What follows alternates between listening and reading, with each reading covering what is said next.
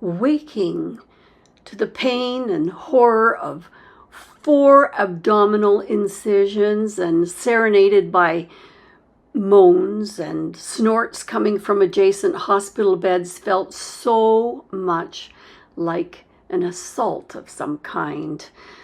Yesterday's dreams and thoughts of tomorrow vanished, and I realized I was living a moment of truth.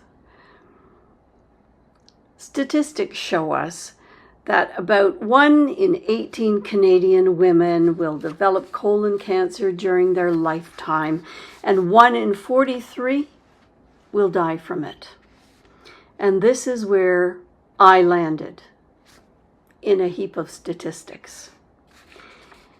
This particular chapter of my life is one that I wish I could sleep off, just like old Rip Van Winkle did in the fairy tale by the same name, so as to escape something unpleasant.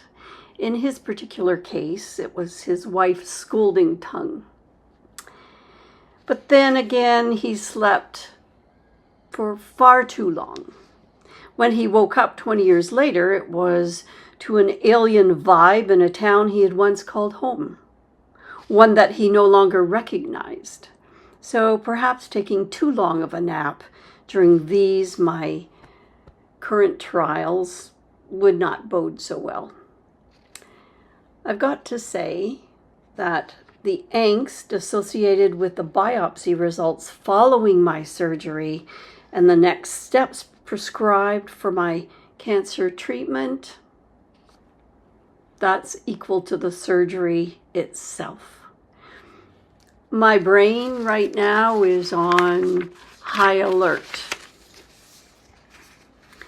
It reverberates with a multitude of pre-chemotherapy instructions and the associated toxic risks and long-lasting side effects. Need I tell you how intimidating all of this is? You might be thinking, why oh why is she making such a fuss, posting her cancer trauma and all? Well, I'm posting this not to minimize or gloss over the grief, the fear, the outcome of colon cancer with words of inspiration and fortitude, but rather to raise awareness with respect to the incidence of this type of cancer and the rawness of it all. The statistics are alarming, and it's important to live your healthiest life with extra time taken for self-care. And yes, this includes annual checkups, a simple FIT test, and/or colonoscopy. FIT being a test used for early detection of cancer. That's how mine was discovered. It's also important to minimize stress by surrounding yourself with people, places, and activities that nourish the mind, body, and soul to offset the news capture of everyday ills plaguing our society. I've learned that the healthier you are in mind, body, and soul, when illness strikes, the easier it is to recover. Of course, it doesn't mean that upon recovery, you can pick up exactly where you left off using yesterday's markers. However,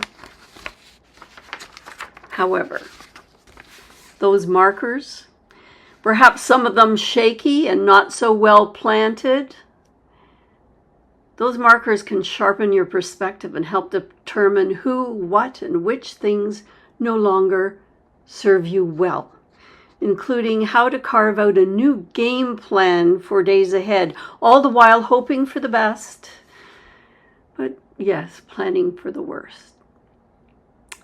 You know, it can be quite freeing to clear both mind and calendar from commitments, so as to just drift and dream for a while, allowing nothing but mindful self-care. My inner sense tells me that it's okay to cocoon myself and take time out for a nap or two. Indeed, I'll have to do that while undergoing chemotherapy. It starts this week. Life will continue, I know, to flow fast and unforgiving all around me.